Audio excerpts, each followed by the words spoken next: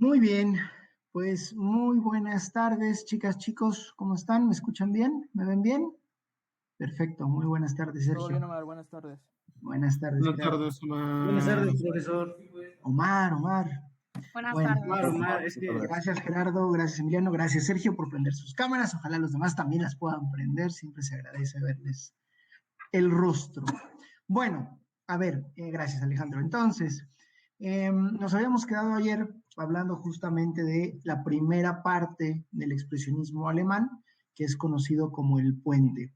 Habíamos estado hablando un poquito del gabinete del doctor Caligari, de Robert Wiene, y les había dejado un poco de tarea opcional, ¿no? Que vieran Metrópolis de Fritz Lang, que de hecho Sergio nos enseñó con mucho, espero yo, orgullo, que tiene la copia ahí, ¿no? Que aparte tiene tremenda banda sinfónica, ¿no? Entonces, ¿la vieron? Aparte de Sergio, que quiero pensar que obviamente ya la ha visto varias veces, pero los demás la pudieron ver, la buscaron en YouTube. ¿Sí? ¿Qué te pareció, Emiliano? Cuéntanos. Bueno, en la película de Metrópolis, hecha por el gran Fritz Lang, yo pienso que esta es una de las mejores películas antiguas que he visto en mi vida, ya que pues esta película dio un antes y un después de lo que, bueno, aparte del hombre y la luna, de lo que es la ciencia ficción, ya que te muestran ¿El un hombre y la mundo luna de fantástico. Georges Méliès dices o cuál? Ajá, del hombre de la luna, o sea, junto con esta, la de Metrópolis, son como los grandes pilares de la ciencia ficción y de la fantasía, ya que el mundo de Metrópolis, pues es impresionante y eso que está basado, se inspiró Fritz Lang en hacer el diseño de la ciudad en Nueva York, ya que se impresionó mucho con las torres, la gente, etcétera. Solo que sí tuvo sus toques de oscuro, bueno, de oscuridad, ya que igual con lo que hizo la mujer, lo del robot, lo de las clases altas, medias y bajas, la inundación, etcétera, pues sí te hacen una película bueno, aparte de entretenida, fascinante por los temas que tratan de tocar, lo igual con las clases, tiene su toque de expresionismo, porque expresa lo que se siente al mostrar lo que es la ciudad, lo que son las clases obreras, las clases millonarias, lo que pueden los inventos futuristas ofrecer a la humanidad, sus ventajas y desventajas. Son tantos temas que sí te dejan reflexionando y pienso, bueno, y concluyo que es una película fantástica, maravillosa que hizo Fritz Lang. Perfecto, muchas gracias, Emiliano. ¿Alguien más pudo verla? Bueno, Sergio, tú ya la habías visto, pero no la has comentado. ¿Qué te parece a ti Metrópolis? Metrópolis es al menos en películas, es la primera crítica de clases, realmente. Antes de eso no existía realmente eso como tal. Decía que de las películas antiguas, para usted Ciudadano Kane cuenta como película antigua, está en blanco y negro. Sí, pero bueno, Ciudadano Kane, si somos muy doctos, Muchos años digamos, después. hace el parteaguas entre lo que se considera cine moderno y cine clásico, ¿no? Justamente por la forma narrativa, porque ya no es lineal, ¿no? Hasta ese entonces se mantenía con una linealidad, con Ciudadano Kane, que ya luego hablaremos con los demás que no la han visto, se las pondremos, rompe, ¿no? Esos patrones de linealidad. Y la fotografía, que tiene mucho de expresionismo, de hecho, ¿no? De hecho, por les decía ayer, ¿no? Que el cine negro copia mucho. Cuando digo copia, no en el mal sentido, sino en un sentido bueno, ¿no? De estos fotógrafos, estos cineastas alemanes. Y se considera la primera película moderna, ¿no? Se habla de antes y después del Ciudadano Kane. Sí. Pero en ambos casos son películas para nosotros ya antiguas, ¿no? Aunque Fritz Lang todavía con esta película, después ya no, igual que con Robert Wiene, pues todavía son películas silentes que mucha gente llama mudas. Realmente no son mudas, ¿no? Aprovecho para hacer la acotación. Decir cine mudo hasta cierto punto está mal empleado, porque el cine técnicamente nunca fue mudo, es decir, si bien no había diálogos que se escucharan, ¿no? Lip sync, ¿no? Sonido directo, sí que había música, como han estado viendo, ¿no? Y había incluso películas que se les componía una música particular para ese momento, ¿no? Y si se fijan, pues los personajes hablan, ¿no? Que no les escuchemos es otra cosa, pero hablan y luego vienen los intertítulos, ¿no? Entonces, técnicamente nunca fue mudo, le decimos cine silente porque no había sonido directo. Y en ambas, bueno, todavía es cine silente. Pero te corté tu comentario, Sergio. Sí, Continúa, sin por favor. problema. También lo que sí me parece bastante interesante es que Metrópolis también es ciencia ficción. Y es ciencia ficción antigua en el sentido de que es muy o darle perfectamente en el blanco o no darle o no darle ni cerca. Hay muchas partes que a la que se le notan los años, como que la parte que más me da esa impresión es cuando el protagonista va, cuando le toca trabajar por primera vez y va a las manecillas del reloj que no tienen sentido y está así un rato y luego está así un rato. Es pero luego tienes al robot, que es como que increíble. Y si algo como Star Trek, podemos llamarlo ciencia ficción antigua, y eso es acertarle o no acertarle para nada. Metrópolis sí es como que muy de contrastes en ese sentido, ya con nuestras sensibilidades de hoy en día. La ciencia ficción de ese estilo puede ser muy chocante incluso, pero es una combinación interesante y que más o menos se sobrevive al tiempo, al paso de los años.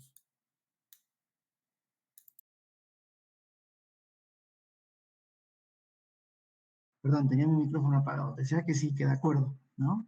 Este robot que aparte se llama María, ¿no?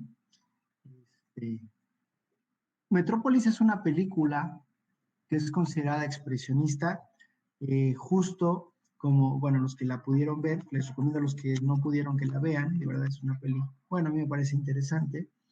No estamos acostumbrados nosotros ya a ese tipo de cine, pero si le tienen un poquito de paciencia, puede ser muy, muy atractivo. Y sobre todo si tratamos, como les decía ayer, de contextualizar cómo en ese momento, en esos años, ¿no? Se veía y se percibía, ¿no? Entonces es una película, así como El gabinete del doctor Caligari, llena de muchos simbolismos, algunos muy claros, ¿no? Otros más ocultos. Ah, ¿Perdón, Frida? ay, Ah, perdón. no, pensé que ibas a participar. Sí estaba apagado mi micrófono, ¿verdad? Todo este tiempo. Sí, ¿verdad? Sí, Ah, no pasa nada. ok.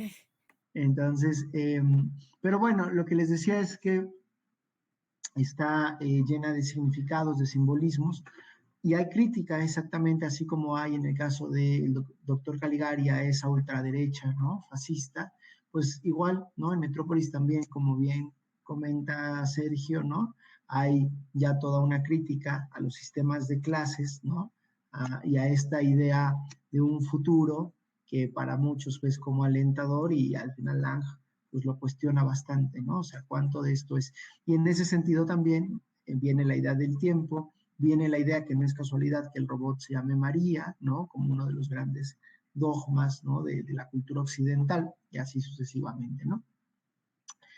Y es expresionista por eso, porque sigue hablando de ese adentro, de esos miedos, ¿no? En este caso hacia un futuro incierto. Y como bien dices, también es una película de ciencia ficción, porque, bueno, está tocando temas que no corresponden al menos a nuestra actualidad, ¿no? No del todo y menos en ese entonces. Muy bien, ¿alguien más que quiera opinar sobre Metrópolis? Que la haya visto, que le haya parecido buena, fea, aburrida, malísima, se quedaron dormidos, les encantó. ¿Alguien más? ¿No? Bueno, ok.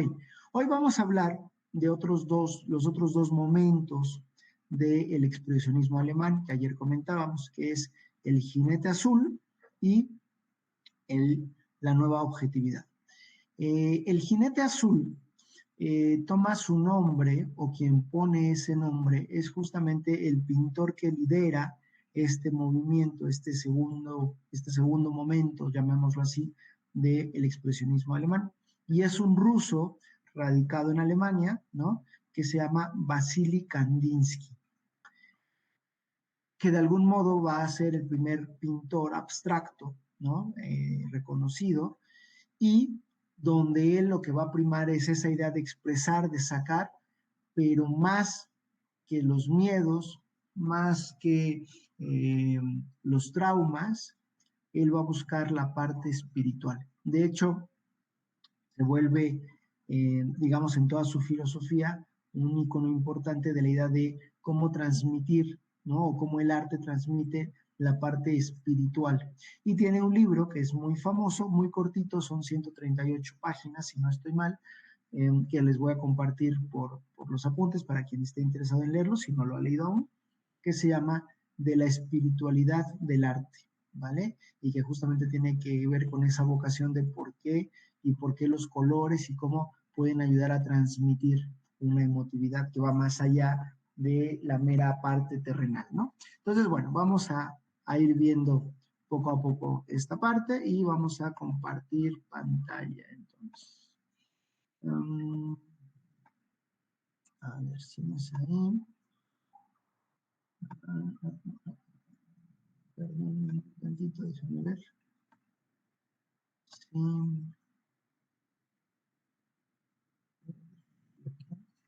Los permisos.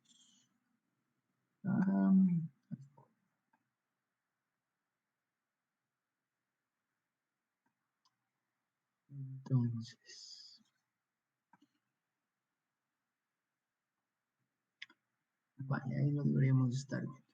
Entonces vamos a hablar de este segundo movimiento que se llama El Jinete Azul y que abarca de 1911 a 1914, donde sus principales exponentes son Franz Marc, Vasily Kandinsky, que ya les mencioné, Paul Klee, Alexei von Jawlensky, Marianne Berghain, August Macke y Gabriel Münzer, ¿vale? Y esto es El Jinete Azul. Entonces dice, Vasily Kandinsky, ruso, formó parte del grupo El Jinete Azul, que surgió en Múnich, Alemania, en 1911. El nombre de El Jinete Azul deriva del amor de Kandinsky por los jinetes, o sea, a él le gustaban los jinetes, ¿no? Y de Franz Marc por los caballos. Para Kandinsky, el arte tiene un papel primordial, el de la revolución espiritual. Y vean las obras de Kandinsky que empiezan a ser ahí todavía no tan conceptuales, pero cómo van a ir primando poco a poco.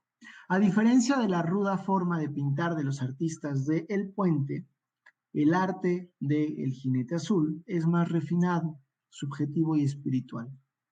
Aunque la formulación artística de ambos grupos era muy diferente, los unía la convicción de mirar más allá de lo superficial, de sacar ese adentro, ¿no? El arte ya no debía, dicen Paul Klee, reproducir lo visible, sino hacer visible, tal y como lo expresó. Los pintores de El Jinete Azul, sobre todo Marc y Kandinsky, se interesaron principalmente por la transformación pictórica de los sentimientos. Lo más importante eran las formas y los colores. Los artistas concedían a sus cuadros ritmo y melodía mediante los tensos contrastes entre las líneas fuertes y suaves, formas abiertas y cerradas, y colores metálicos y aterciopelados. Los artistas de El Jinete Azul se imaginaban la transmisión de los sentimientos como una cadena entre el artista y el espectador, al principio del cual se encontraba la sensibilización del alma del artista. A su vez, consideraban que el cuadro debía causar a quien lo observara determinados sentimientos, de manera que se convertía en el agente responsable de la sensibilización del alma del espectador. De esta forma, La asociación del significado y la concepción del sentido de cada cuadro quedaban en manos del propio espectador.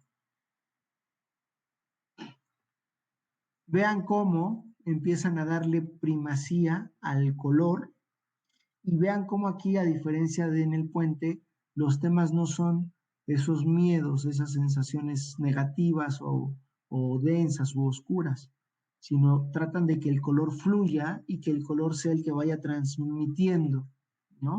Una sensación. Considerado el padre del arte abstracto, en 1911 Kandinsky publica su libro De lo espiritual en el arte.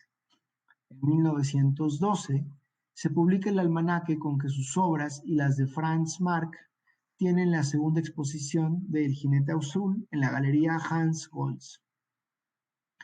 En 1914, con el estallido de la Primera Guerra Mundial, Kandinsky vuelve a Rusia y allí ocupó importantes cargos en las administraciones artísticas y culturales.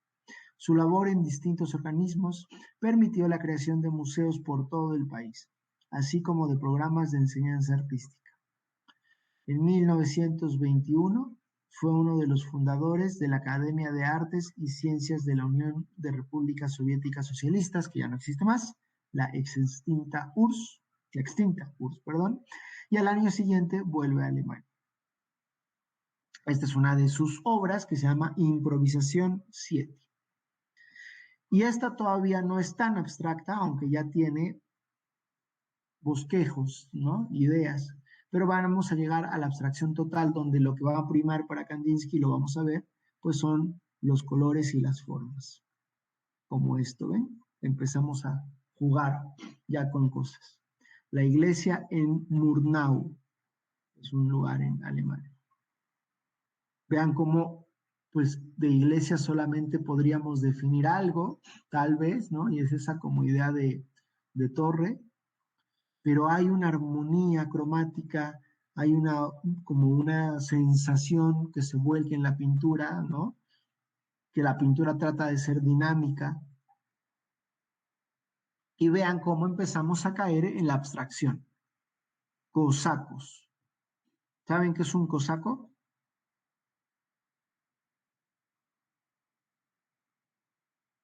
No. ¿No? Un cosaco es un soldado. Dice cosacos. ¿Dónde podemos identificar a los soldados en esta pintura? ¿Pueden tratar de identificar rostros?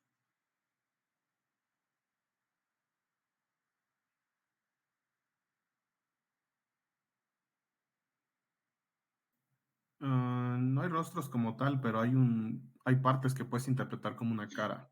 Así es, así es. Lo dices muy bien. No hay rostros como tal en el sentido figurativista, pero hay partes que se pueden interpretar. Y ahí es donde empieza la idea del arte conceptual. Voy a aprender a interpretar, obviamente dentro de ciertos patrones para que no me vuele de más, pero vean cómo al final lo que está buscando Kandinsky es esta sensación de que el color y las formas digan, que haya una armonía, un ritmo, una agilidad, una fuerza en la imagen, y a la vez no queda del todo patente. Pero tiene razón, ¿no? Podemos ver por aquí una sensación de ojo, una nariz, aquí unas cejas, aquí otra parte de otro rostro, aquí podría caer otro rostro, y esto es parte del uniforme.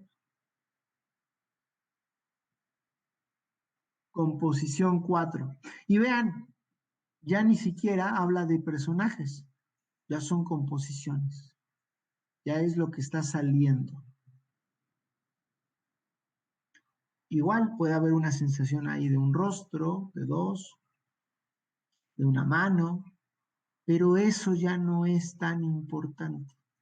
Lo importante, dicho por el propio Kandinsky, es cómo los colores y las formas van fluyendo y van intentando expresar algo. Y cuando decimos algo no es una idea, sino es un sentimiento. De ahí su libro De lo espiritual del arte. O sea, él trata de exaltar al espíritu. Por eso sigue siendo expresionismo, solamente que es un expresionismo en otra latitud. Y como les decía ayer, ¿no? De pronto vemos esto y si no sabemos de este movimiento y si no sabemos de historia del arte, podemos confundir y pensar que es otra cosa menos expresionismo. Pueden incluso pensar que es arte contemporáneo. No, esto es expresionismo alemán, solo que en un movimiento que se llama el jinete azul, donde lo que buscan es sacar los sentimientos, las emociones, como si fuera una búsqueda a partir de la cromaticidad y de las formas, y que eso provoque. Composición 6, mire. Por eso a Kandinsky se le considera el primer pintor abstracto, porque empieza a jugar con formas sin buscar, no una intención, porque intención hay, sino sin buscar una figura, sino simplemente ir sacando, ¿no? Lo que vamos viendo.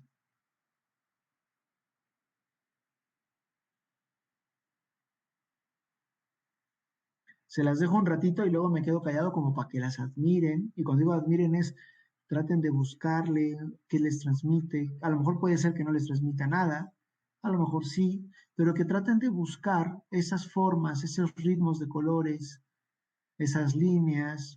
De pronto vemos por ahí parte de un rostro o de un animal, ¿no? En el dibujo anterior veíamos como parte de un seno, me parecía a mí, pero son esos, son como si fuera la mente que está llena de ideas y se plasman y cómo las representa a partir de una pintura. Dice Vasily Kandinsky de lo espiritual en el arte. En aquellas épocas mudas y ciegas, los hombres dan una valoración excesiva al éxito exterior. Se interesan únicamente en los bienes materiales y festejan como una gran proeza el desarrollo tecnológico que solo sirve y solo servirá al cuerpo. Las fuerzas puramente espirituales son desestimadas o simplemente ignoradas. Los hambrientos y visionarios son motivo de burla o considerados anormales. Las escasas almas que no se pierden en el sueño y persisten en un oscuro deseo de la vida espiritual, de saber y de progreso, se lamentan en medio del grosero canto del materialismo. Improvisación 31 es esta obra. Entonces, ven, él va a una búsqueda interior. Él no está tan conforme con explicar el exterior. Por eso decía Paul Klee, ¿no? Es hacer, mostrar. Dice en ese mismo libro, fragmentos, ¿no? El compositor vienés Arnold Schoenberg es el único que actualmente va por este camino de renuncia total a la belleza convencional y defiende cualquier medio que conduzca al fin de la autoexpresión. Su labor solo es reconocida por unos pocos entusiastas. La música de Schoenberg nos interesa en un nuevo terreno, en el que las vivencias musicales no son ya acústicas, sino puramente anímicas. Es el comienzo de la música del futuro. Así llama también a sus obras uno de los nuevos pintores franceses más importantes, Henri Matisse, que ya lo vimos en el fauvismo, que pinta imágenes en las que quiere reflejar lo divino, para lo cual no precisa de otros medios que el objeto como punto de partida y los medios exclusivos de la pintura, el color y la forma. Guiado por sus cualidades específicamente personales y como buen francés, dotado de un extraordinario sentido del color. Matisse da a este la supremacía y la importancia central. Como a Debussy, que es un músico, le resulta difícil prescindir de la belleza clásica, el impresionismo ha calado en él. Y así, como entre sus obras hay cuadros de una gran viveza interior impulsados por un estímulo interno, hay otros que responden únicamente a estímulos externos, como recuerdan a Manet, que poseen exclusivamente vida externa.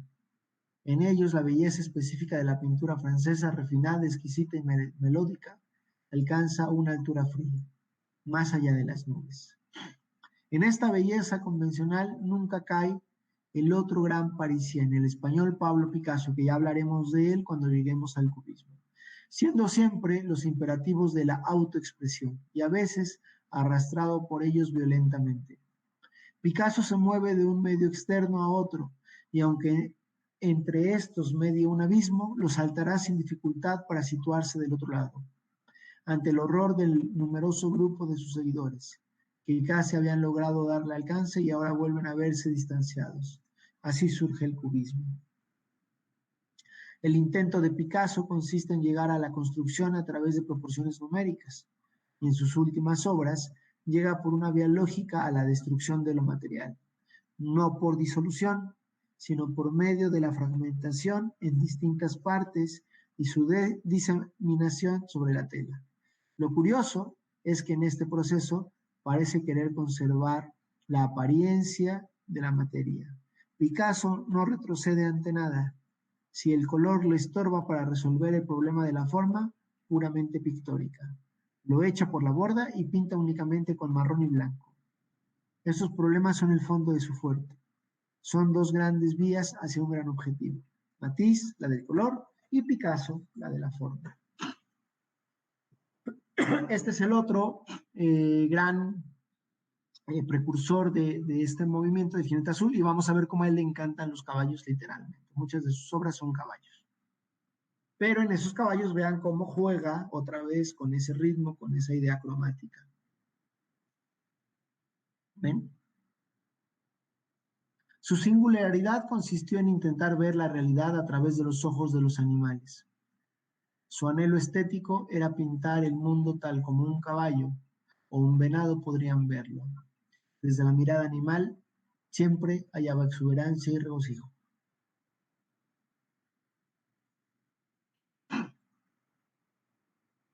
Y también es expresionismo. Y también es movimiento del Jinete Azul. Y es muy diferente, si se fijan, a Vasily Kandinsky. ¿Qué tiene en común? La idea del color, la idea del ritmo y la idea de expresar, sacar ese adentro.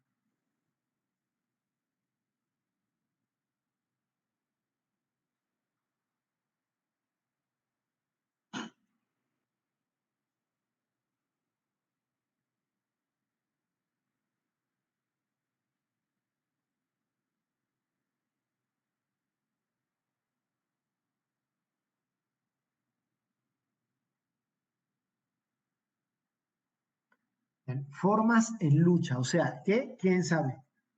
Pero están en disputa, están peleándose, hay un conflicto.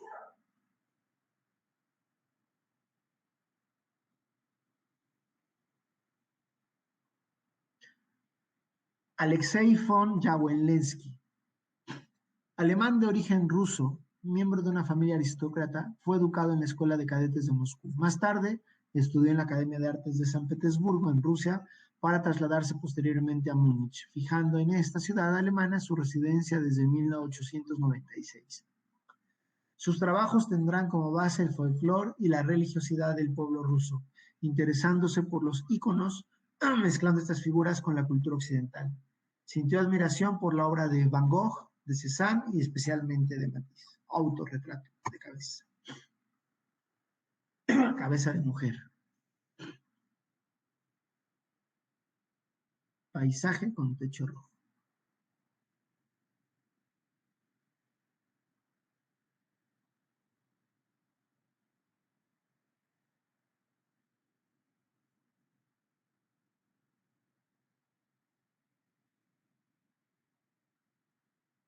Paul Klee, que es el otro, y es Klee, no es Klee porque no es inglés, es alemán. Paul Klee, Suiza, 1879-1940, fue quien mejor entendió la profundidad emocional y creativa procedentes de los primeros años de su vida y de las experiencias de infancia. Siguiendo el famoso aforismo de Nietzsche, Klee comprendió totalmente que esta es la etapa más inteligente del arte, de la pintura, que solo unos pocos entienden. Entre el 21 y el 31 fue profesor de la Bauhaus, primero en Weimar y más tarde en Dessau. Y él va a hacer como tapices. Es muy interesante su obra.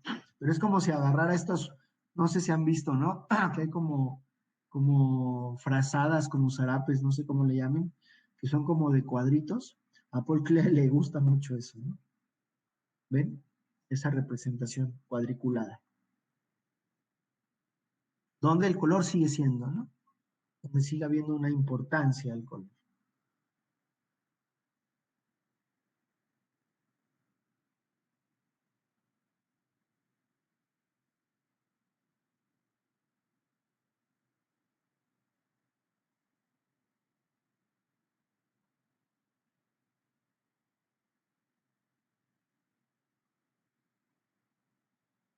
Risa gótica. ¿Dónde está la risa? ¿La logran ver?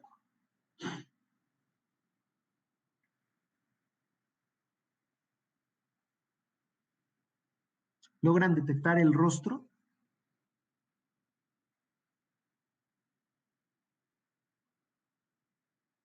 No, la verdad no. ¿No? ¿Pueden ver, pueden ver mi manito, ¿verdad? Del cursor. Sí. Esta es la risa. Esta es la risa. Pero ¿por qué esta es la risa? Acá está el ojo, acá está el pelo.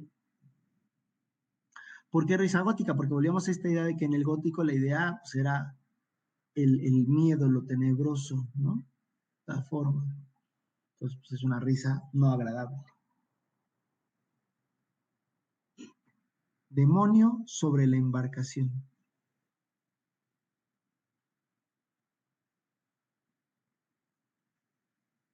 Acá se nota más el rostro. Acá hay otra parte.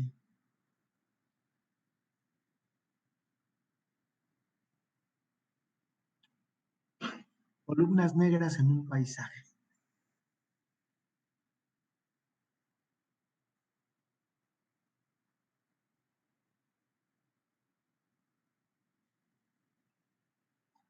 Ciudad de sueño. Vean cómo juega en esta pintura, como si hubiera una idea de fuera de foco, de desenfoque, ¿no? A partir de la superposición de las figuras. Y crea así una sensación de tridimensionalidad muy interesante.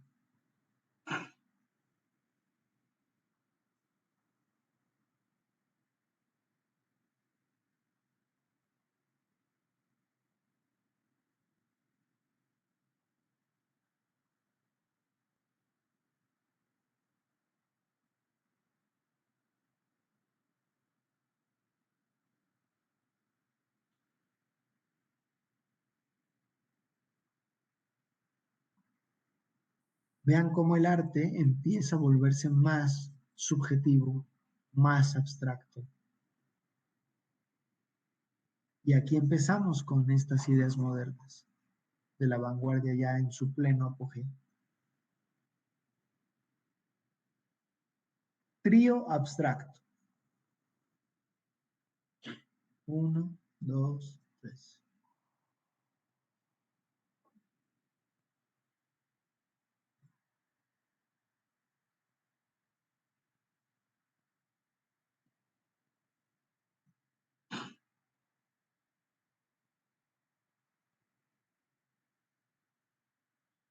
August Macke, La tormenta.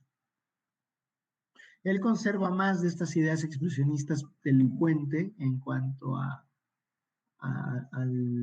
lo tenebroso, pero sin embargo lo perfila, ¿no? Ya con las curvas, ya con los colores, cambia la sensación que pasa con lo otro, ¿no? Vean.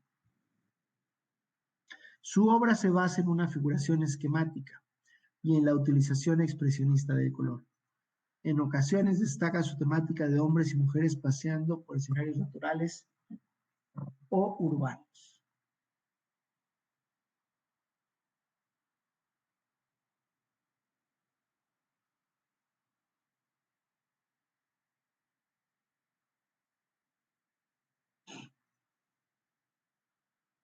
Esta es Gabriel Miunza, perdón. Estudió arte tanto en Düsseldorf como en Múnich. Entre 1898 y 1901 viajó por América visitando San Luis y Nueva York. No satisfecha con la enseñanza que recibía, dio un paso significativo y se apuntó al curso nocturno que impartía el pintor ruso Vasily Kandinsky. Entre 1902 y 1914, sus exploraciones artísticas estuvieron íntimamente relacionadas con las que llevaba a cabo Kandinsky. Esta colaboración mutua se vio reforzada por una relación personal que se prolongó hasta 1914, año en que Kandinsky regresó a Rusia. La pareja hizo numerosos viajes por el extranjero. En París, en Múnich, admiró profundamente la obra de los maestros del impresionismo, integrando sus teorías en los paisajes de gran formato que ejecutó por aquel entonces. Múnich es muy importante porque, entre otras cosas, no es la primera mujer, eso lo aclaro, ha habido mujeres pintoras antes, lo que pasa es que no siempre se les dejaba firmar, pero digamos que ella sí es de las primeras mujeres que puede pintar y firmar su nombre, y puede decir, esta es mi obra, no la oculta. Y destaca mucho también porque, si bien tiene, como dice este texto, una relación personal, es decir, afectiva, es la pareja por un tiempo de Kandinsky, no es famosa por ser la pareja de Kandinsky, sino es famosa por ser Gabriel Munta, su obra. Y lo otro, pues bueno, es un tema ahí, ¿vale? Pero digamos que empieza a destacar mucho por ella misma, no por ser la, y eso es súper interesante y súper bueno, porque también es una persona que en ese sentido va a abrirle la puerta a muchas otras mujeres en la pintura. Repito, no es la primera pintora, antes ha habido otras, pero sí es de las primeras, si no es que la primera, que puede abiertamente firmar y decir que es su obra, ¿vale? Y destaca por ella misma. Y vean cómo es muy diferente su temática y su búsqueda personal a la de Kandinsky, ¿no? O sea, por eso digo que no es a la sombra de, sino que ella tiene un estilo propio, una búsqueda personal, pertenece al Jinete Azul, pero no copia ni busca asemejarse a, sino busca tener su propia creación. ¿En qué se parece? ¿En qué sigue siendo Jinete Azul? En la búsqueda de lo espiritual, en la búsqueda del color, de la forma, pero fuera de eso, no hay mucho parecido, vean ustedes, entre su obra y Kandinsky, ¿no? Ni en Marc, ni en Klee, ¿no?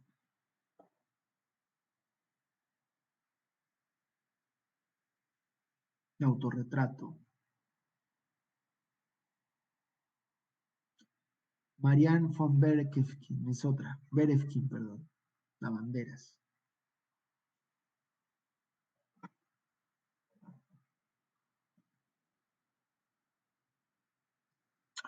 ¿Notan las diferencias entre el primer movimiento llamado el puente y este, chicas y chicos?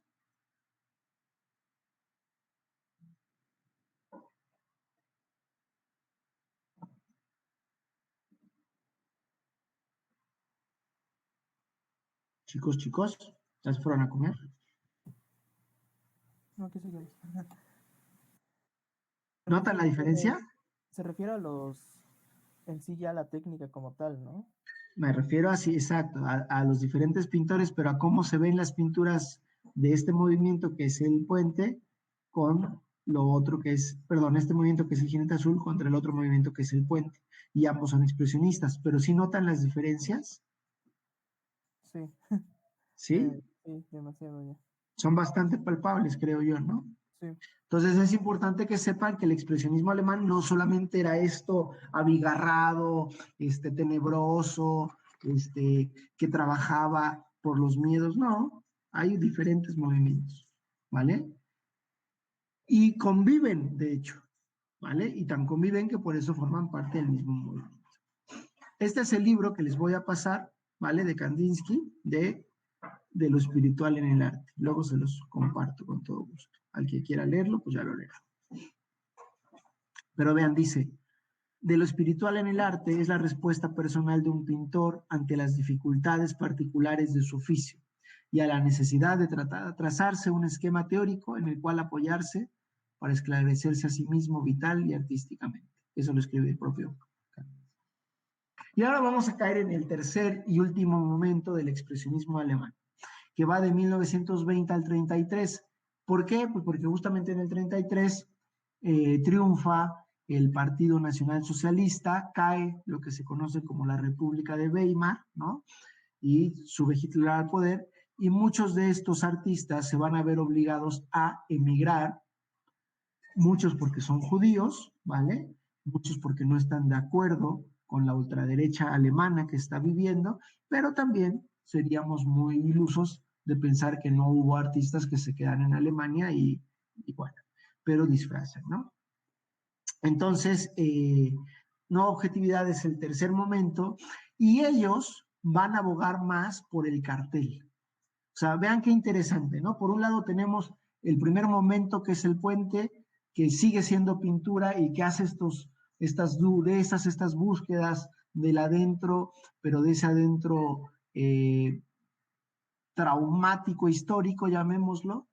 Luego viene este adentro espiritual con el jinete azul, y luego en esta nueva objetividad se retoma otra vez esos miedos previos a la guerra, y porque es totalmente periodo entre guerras, ¿no? O sea, acaba de pasar hace unos años la Primera Guerra Mundial, y está nada de venir la Segunda, y entonces una forma en la que ellos van a darse a conocer por sobre otras va a ser el cartel. Su forma expresiva básicamente va a tener que ver con el cartel. De algún modo son los antecesores del diseño gráfico y muchos de ellos van a ser parte de esta gran corriente alemana de arte que va a ser denominada Bauhaus, ¿vale? Entonces dice, la nueva objetividad es el arte alemán de la posguerra que marca la crítica y la repulsión a la matanza producida en la Primera Guerra Mundial. Muestra el lado crudo del conflicto moral y psicológico. No hay héroes, no hay honor, solo hay pues lo que se deja. ¿Por qué empezamos con el cartel del gabinete del doctor Caligari si es el puente? Bueno, es el puente a nivel de cine, pero el cartel forma parte de esa nueva objetividad, ¿ven? Igual que El Golem, que es una película, ¿no? De Paul Wegener. Hablamos, ¿no? De Nosferatu ayer, ¿no? De Friedrich Murnau, ¿no? Y decíamos que es Drácula, pero que no le puede poner Drácula por un tema de derechos. Hablamos de Metrópolis, y vean cómo se parecen las formas, ¿no? Pero vean, a cuando voy es, vean que estamos haciendo patente, el cartel. El cartel, el cartel. Aquí lo importante ya no es la gran pintura, ya no es el cuadro. Ahora mi lienzo es un cartel que puedo poner en varios lados a la vez. Nueva objetividad o realismo expresionista. Corriente artística que surge en Alemania a inicios de los años 20. En alemán se dice Neue Sachlichkeit. Fue el nombre dado por el crítico G.F. Hartlaub para designar a un nuevo movimiento que recuperaba elementos del expresionismo alemán inicial, el del puente, obviamente, pero con un mayor carácter de crítica social. La principal exposición de este movimiento tuvo lugar en Mannheim en el año de 1925. El crítico Franz Roh utilizó la denominación de realismo mágico, que no es el latinoamericano, para definir a este movimiento debido al carácter chocante y agresivo de su lenguaje realista. ¿Cuáles son las características de este tercer y último movimiento del expresionismo alemán? Vuelta a los lenguajes objetivos del realismo. Figuración de carácter crítico satírico, tratada de manera agresiva y ácida mediante el dibujo caricaturesco de gran libertad expresiva. Gran nitidez visual, contornos bien marcados, trazos ágiles y vigorosos. Temática de denuncia social, próxima a lo grotesco, resaltan los aspectos más sórdidos de la realidad, corrupción, víctimas de la Primera Guerra Mundial, deshumanización de la vida, escenas de la gran ciudad con figuras perdidas entre edificios o inmersas en ambientes industriales, trastornos de miseria, prostitución, equiparación plástica de personas y objetos que son representados de manera rígida, mecánica, ahora como metrópolis, colores fuertes, generalmente contrastados con el negro. ¿Quiénes integran este movimiento? George Gross, Otto Dix, Katze Kollwitz, Bach Beckmann, George Scholz y Ernst Barlach, principalmente. La reacción a semejante estado de cosas llevará a la formación de una nueva corriente, nueva objetividad. Pero es difícil comprender el significado cultural de esa corriente y sus caracteres, incluso contrastantes, si no se logra comprender las vivencias de un gran número de intelectuales alemanes durante la guerra y los años posteriores a ello. La experiencia de muerte y de miseria, junto al espectáculo de hipocresía del burgués, la ostentación de la riqueza y la jactancia de los generales, el desorden de la derrota y el derrumbamiento de una sociedad en la vergüenza, todo ello no había ocurrido en vano. El ulterior desplazamiento hacia la izquierda de los intelectuales era pues inevitable y a menudo adoptó las formas más extremas y radicales. Escrito por Mario de Micheli en el libro Las vanguardias artísticas. Vean, ¿no? Cómo volvemos a la idea del cartel y de la caricatura, es otro elemento importante, ¿no? O sea, ya vamos a lo pequeño, ya no importa el gran cuadro, el gran lienzo, que en contraste en México vamos a estar tocando el muralismo, ¿no? Con la gran obra, pero bueno, son contextos diferentes, no tiene una cosa que ver con la otra.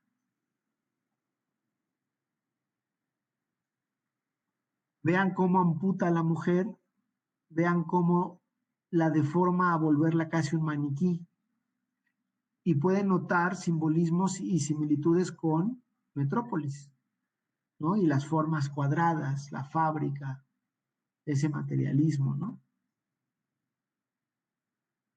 George Gross desarrolló un estilo amargo y satírico para expresar la desilusión de su generación con respecto a la Primera Guerra Mundial. Supo captar la ansiedad, la deshumanización y la incertidumbre de los años 20 del siglo XX en la Alemania de la época.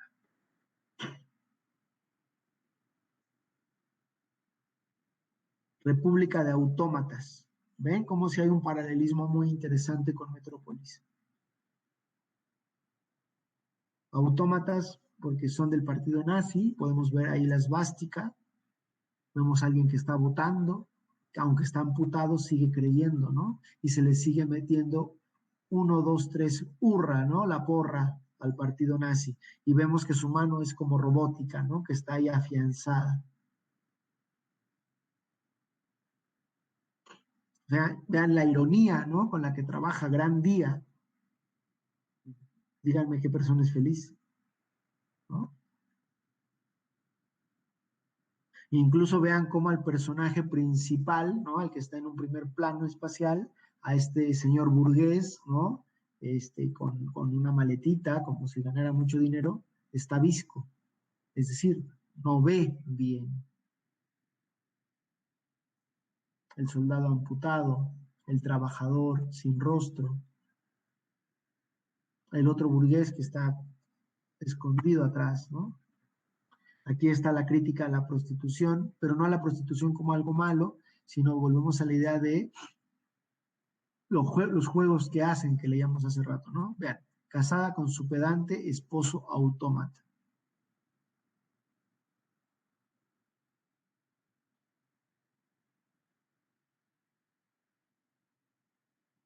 Matusalén.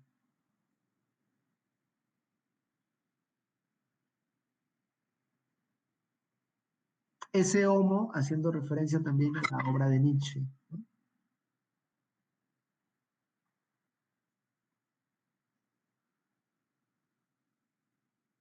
Una crítica, ¿no? Los pilares de la sociedad, pues la iglesia, el ejército, en ese caso en Alemania, los líderes nacionalsocialistas, la prensa, el burgués.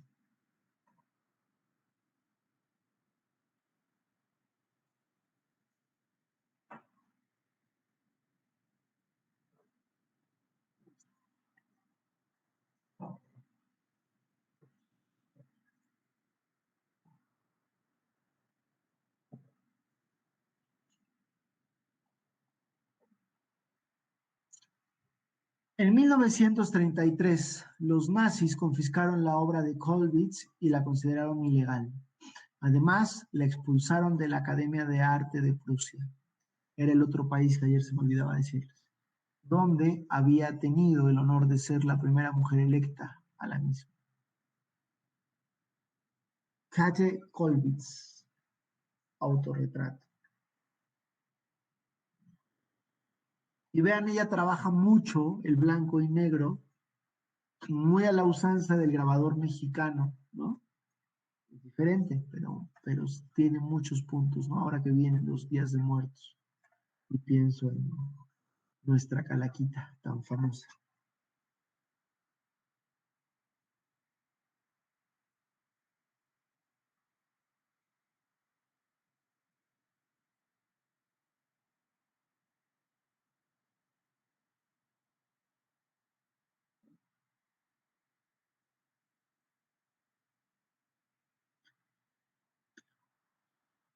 Dice los sobrevivientes.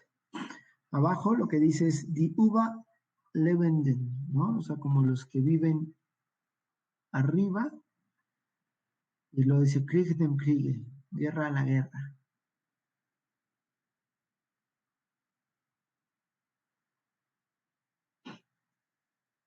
Las madres y la guerra.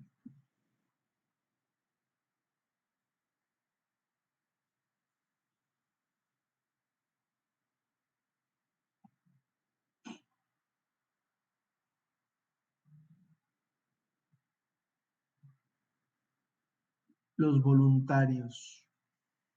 Y todos son grabados, por eso les decía, ¿no? Que es como nuestra calaquita, tan famosa.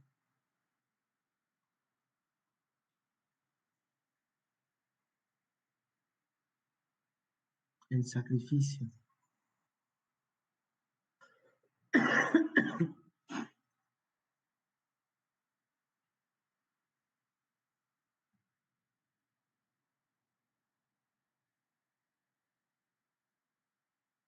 Ni vida Krieg, no más guerra.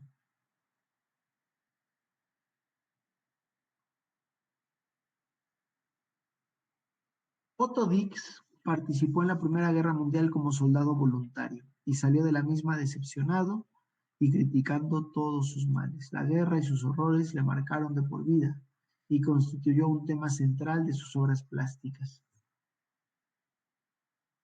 Un muro acribillado.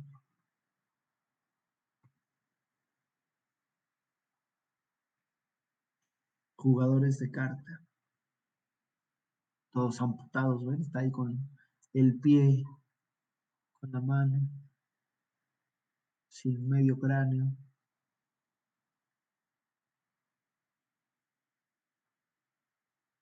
Y ahí podemos ver justo esto que dice, ¿no? Cómo la guerra lo marcó tanto, ¿no?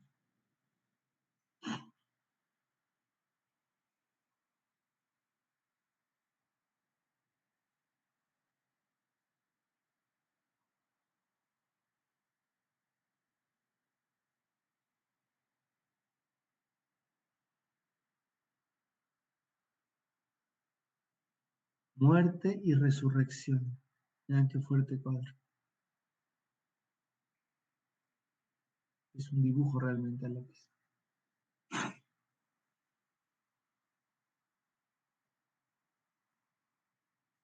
Danza de la muerte.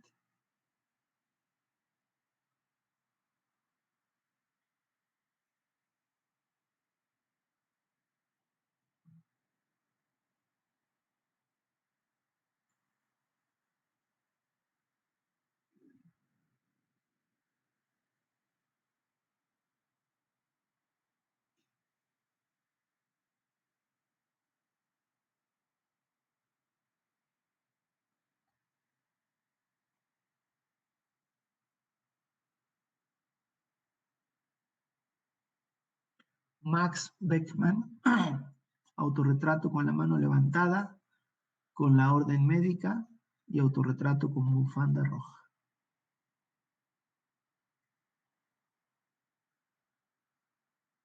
Beckmann estudió en la Academia de Artes de Weimar, donde obtuvo numerosos premios, y allí conoció a Mina Tube, estudiante de pintura que sin embargo hizo carrera como cantante de ópera y con la que Beckmann se casó en 1906. Visitó París y Florencia, donde recibió la influencia de los artistas de vanguardia y de los clásicos del Renacimiento. También estudió y admiró la obra de Rembrandt. Participó como enfermero en la Primera Guerra Mundial, pero fue licenciado por problemas mentales. Sus temáticas se centraron en grandes escenas religiosas e históricas. Murió en Nueva York de un infarto en 1950. El descenso de la cruz. Ahí está esta idea religiosa que se refiere, ¿no? La noche.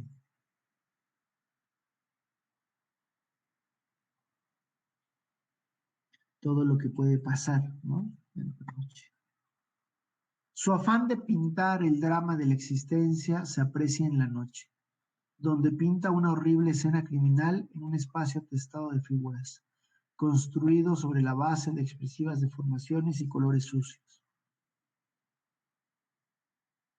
También era escultor y hace este relieve de una catedral gótica que muestra a los condenados de manera frontal y claustrofóbica, algo similar al concepto de la noche de la gente. El sueño.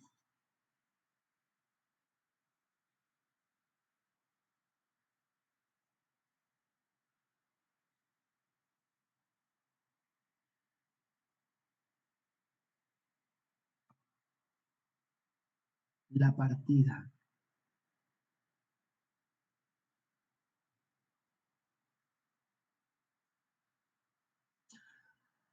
Beckmann pintó esta obra inmediatamente después de que los nazis lo destituyeron del cargo de profesor en la Escuela de Arte Städel de Frankfurt, o sea, de arte del Estado.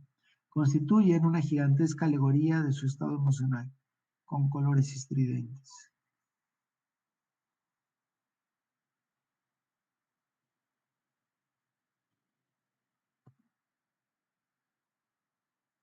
Y por último, George Scholz.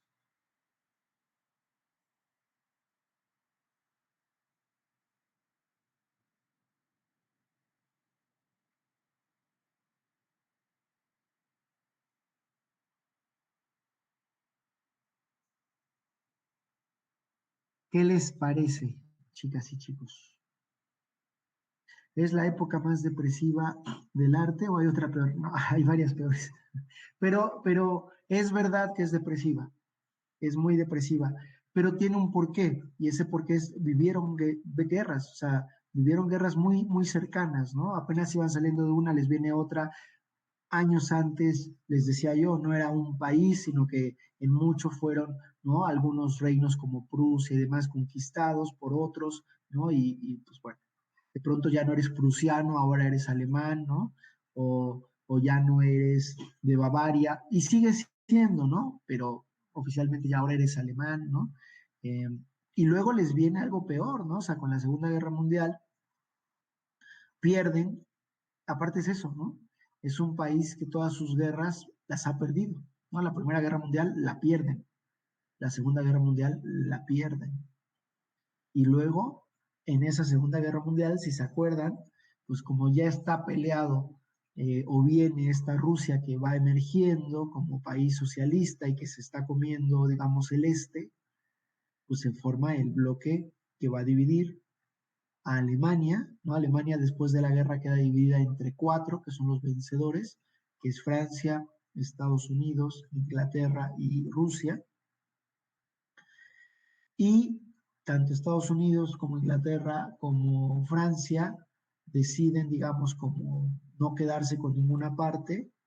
Eso deciden, es entre comillas, pero bueno, deciden, hacen pues lo que quieran y negocian y Rusia dice, no, yo sí me quedo con esta parte y forman la división de Alemania, todavía los dividen, ¿no?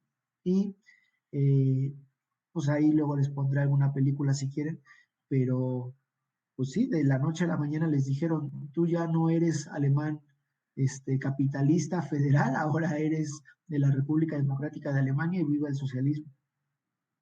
Te guste o no te guste, ¿no? Si no te saliste a tiempo, ya está. Y separó familias por enteras, ¿no? Por más de 60 años. Entonces sí, es una época dura y Alemania en ese sentido las ha tenido difíciles y eso es lo que provoca ese tipo de arte, ¿no? Ese es lo que crea esa idea del expresionismo alemán. ¿Ok? ¿Algún comentario, chicas, chicos? ¿Qué les pareció? ¿Qué les parece? Yo digo que está interesante, pero sí algo turbio con la mayoría de las pinturas. Sí están muy depresivas. Sí, sí, sí, sí, es verdad. Y actualmente ese tipo de obras, ¿qué les hacen? Se venden en millones de dólares. ¿No? Están en museos o están en colecciones privadas.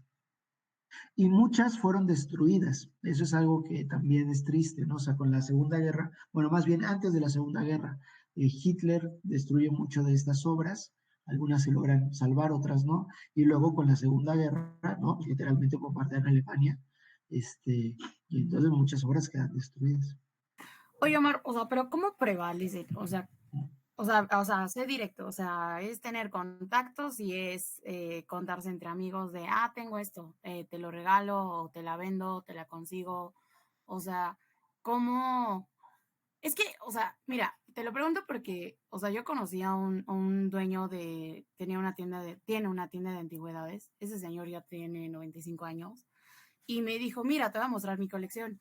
O sea, pero cuando real, o sea, vi las pinturas de Dalí, o sea, de José María Velasco, de Diego Rivera, o sea, estaban ahí, pero o sea, de verdad mi cuestionamiento fue, o sea, pero ¿cómo a este señor mortal le llegaron? O sea, ¿por qué las tiene la parte de allá apiladas? O sea, sí, ajá, puedes presumirlo y todo, pero por sí ni siquiera lo puedes mostrar porque es privada. Entonces, cuando yo, o sea, quería preguntarle como de, ajá, pero entonces, ¿para qué las tiene o para quién y cómo, cuál es su uso o sea, ¿para qué? Pues no, o sea, no dio detalles, solo fue como de, mira, esto está y la tengo yo. Y yo, claro, o sea, no lo dudo, pero mi pregunta es, ¿cómo es eso? Ay, perdón, el que vende los helados. Pero Pero tu pregunta es, ¿cómo? ¿Qué, perdón? ajá, la pregunta es, o sea, ajá, que me dijeras como de sí, o sea, la neta se trata de tener varo contactos y la tienes en tu propio despacho. O sea, ¿es así? Pueden ser varias razones, o sea, puede haber varios motivos o varias formas. Es decir, en su momento, en la época, aquellas personas eh, que conocieron a estos pintores, pues pudieron haber tenido contacto o haber comprado o les hayan regalado alguna obra, ¿no? O sea, cuenta, por ejemplo, ¿no? Ahora que llegamos al surrealismo, Salvador Dalí, ¿no? Que era uno de los que vive su papel, ya lo hablaremos, eh, cuenta la leyenda que muchas veces él no pagaba las cuentas de los restaurantes a los que iba, ¿no? Sino que lo que comía, él se dedicaba a dibujar en una servilleta, ¿no? Y cuando acababa le decía al gerente, al dueño, mira, ahí tienes un Dalí, ¿no? Ese es el cambio por tu comida. Y era la verdad, era un Dalí, ¿no? Firmado y todo, ¿no? En una servilleta, pero firmado y era un Dalí, ¿no? Entonces, bueno, me voy a un ejemplo absurdo, pero muchos llegaban a hacer eso, ¿no? O sea, porque como hemos visto en las películas, ¿no? En la serie de los impresionistas que les dejé y en Van Gogh y demás, en su momento no es que dijeran, uy, somos súper famosos, ¿no? O sea, ellos lo que necesitaban era expresar, trascender. Algunos llegan a ser famosos, Dalí es muy famoso en su época, Picasso es muy famoso en su época, pero muchos no. Y no llegan a tener dinero. Entonces, pues te vendo mi obra para que me des de comer un rato, ¿no?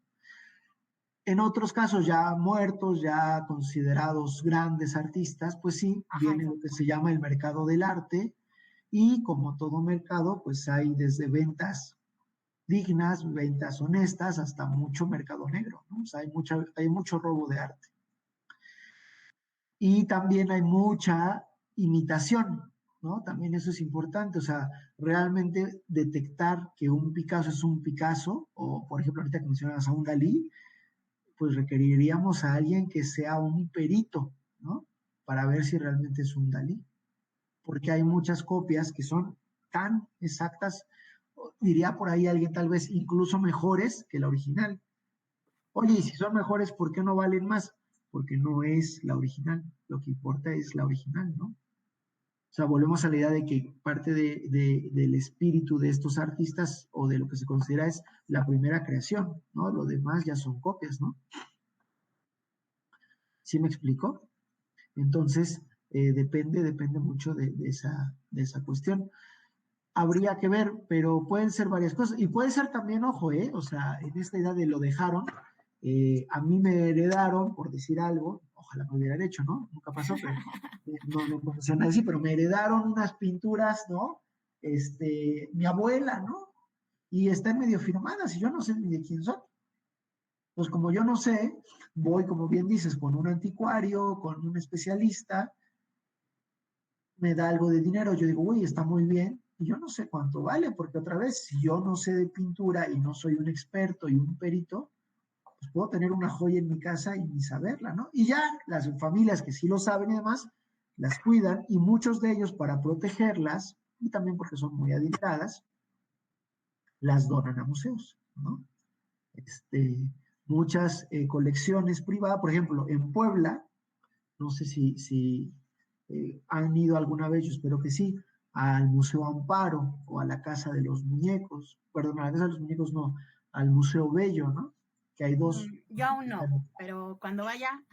Bueno, el Museo Amparo ha hecho por una fundación, ¿no? Que básicamente es la Fundación Espinosa Iglesias. Entonces, pues esa familia, mucha de la obra que está ahí, pues la tenían en su casa y de pronto pues ya la exponen y la vuelven un museo, ¿no? Lo mismo pasa con los museos Bello, que son dos, ¿no? Eran colecciones, de pronto pues mira, ya se está muriendo toda la familia, estos, pues los donamos a un museo, ¿no? Y de algún modo esas donaciones son entre comillas, porque siguen perteneciendo a la familia, nada más que están a resguardo, ¿no? ¿Sale? Y el mercado del arte, ya hablaremos, es un gran negocio en todos los sentidos. De hecho, ya veremos al final, ¿no? Cómo incluso hoy día muchos pintores y artistas compran sus propias obras para que se revaloricen más. Pero bueno, ya llegaremos a ese punto. ¿Sale? ¿Alguna otra duda? Alejandro, ¿estás en Asmedia? Estaba viendo ahorita que prendiste tu cámara.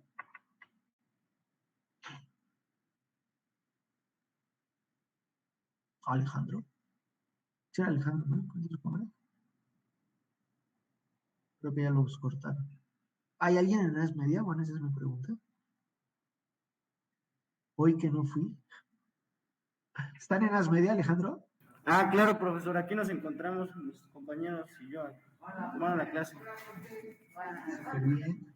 Miren. ¿Ven? Hoy que no fui, el próximo lunes ya vuelvo a ir. Así que quien vaya, tomamos la clase allá. También, profesor. Y a los que no, pues en línea. Muy bien. Hoy iba a ir, pero no me dio tiempo y ya me quedé en casa por eso, para no salir tarde a la clase. Perfecto, pues disfruten Asmedia. Muy bien. ¿Alguna otra duda, chicas, chicos? ¿O temas o comentarios o así? Les recomiendo muchísimo que vean esta película, ¿vale? Déjenme se las copio. Que también es de Fritz Lang y es uno también de sus grandes pelis, que se llama M, el vampiro de Düsseldorf, ¿vale? Que justo sigue cayendo en esta idea expresionista alemana, pero ya hay mucho, en esta idea moderna ya se notan más casos, ¿no? Es muy buena película, véanla, ¿vale? Está ahí en YouTube, entonces échenle un ojito. Y la semana que viene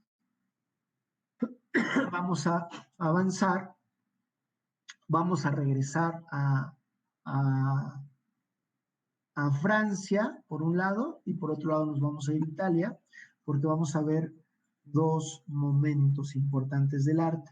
Uno, el cubismo, ¿vale? Que va a tener básicamente a dos grandes exponentes, a Braque y a Picasso, pero ya hablaremos de ellos. Y por otro lado, vamos a ver el futurismo, que es una corriente italiana muy cortita, pero que tiene cosas muy interesantes también, ¿vale? Y lo vamos a ir mezclando, como hemos hecho, con películas y con documentales. Voy a ponerles un documentalito que a mí me parece súper padre, de cómo Picasso hacía su proceso creativo, ¿vale? Es muy padre ver cómo va convirtiendo y llegando a un fin de obra, ¿no? Picasso es uno de los grandes artistas que en vida se convierte en un gran artista, ¿no? Entonces sí es importante también conocerle y ver un poquito de su vida. Entonces vamos a estar tocando el futurismo y el cubismo, ¿ok?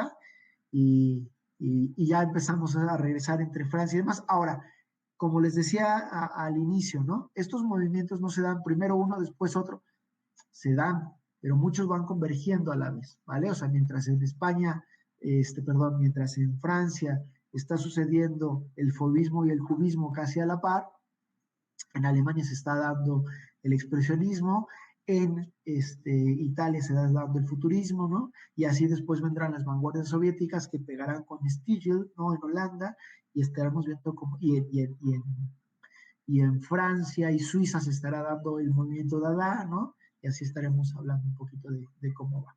Las primeras vanguardias terminan con la Segunda Guerra Mundial, ¿ok? Entonces, nos falta para estas primeras vanguardias, y luego llegaremos a las segundas, hablar básicamente del cubismo, del futurismo, del rayonismo, del neoplasticismo, del Dada y del surrealismo, ¿ok? Esas son las que nos faltan para terminar la primera parte de la materia de estética, y luego estaremos hablando ya de las segundas vanguardias y luego las poéticas contemporáneas, ¿ok? Pero bueno, espero que lo estén disfrutando, que estemos aprendiendo, esa es la idea, ¿no? Y viendo cosas que antes no conocían, quiero pensar yo, y que sí conocían, pues bueno, está reafirmando cosas. Y vamos a ir mezclándolas cada vez más con el audiovisual, porque ya empieza el cine a surgir como tal, ¿no? Ya tiene una obra más creada y podemos ir viendo cómo funciona una con otra. Muy bien, pues bueno, les deseo a todas y a todos una excelente tarde. Cuídense mucho, si no hay más preguntas. Por hoy hemos concluido el tema, lo cual es bueno. Pregunten, por favor, cuando no preguntan, no sé si va bien o no, pero esperemos que vaya bien. Cualquier duda me dicen. Les voy a subir el libro de Kandinsky también para que lo lea quien quiera leerlo. También yo iba a preguntarte si esa presentación que nos compartiste nos la ibas a compartir. No se las puedo compartir por dos razones básicas. La primera es porque no es mía. Si se fijan, siempre le estoy dando el crédito al autor, que es el doctor Rolando Vilasuso, ¿vale? Entonces, ahora, ¿por qué uso sus presentaciones? Porque la verdad es que me parece que están buenísimas. Entonces, trato de usar justamente algo que yo, con lo que yo aprendí en su momento también, y que me parece que están muy, muy, muy buenas. El doctor Vilasuso es un doctor en historia del arte, bastante laureado en el país, ¿no? Es cubano, pero sabe muchísimo, es un gran semioto. Y bueno, y fue uno de mis profesores de maestría, ¿no? Entonces, por eso no se las puedo compartir, pero sí te puedo pasar con todo gusto textos a la par de cada una de las corrientes. Eso sí lo puedo hacer. Lo subo si quieren a un drive y quien quiera puede ir tomándolas, ¿vale? Perfecto. Sí, yo también estoy en el drive. Es que okay. No he subido, no les he subido nada al drive, pero creo el drive, en fin, que estamos en Google, y lo comparto para todos y todas. ¿Les parece? Perfecto. Sí, gracias. Y ahí voy a poner obras, y voy a poner libros, y voy a poner pinturas y demás, ¿va? Bueno, muy bien. ¿Algún otro tema, duda, chicas, chicos? ¿No? Bueno, muy bien. Pues les dejo comer, tengan una excelente tarde. Yo ando un poco mormado, como que me dio alergia, perdón. Pero bueno, nos vemos el próximo lunes. Si alguien va a ir a Asmedia, bienvenido. Yo voy a estar yendo los lunes y martes, salvo que como hoy, por alguna razón. Profe, creo que el lunes siguiente no tenemos clases. Porque es puente.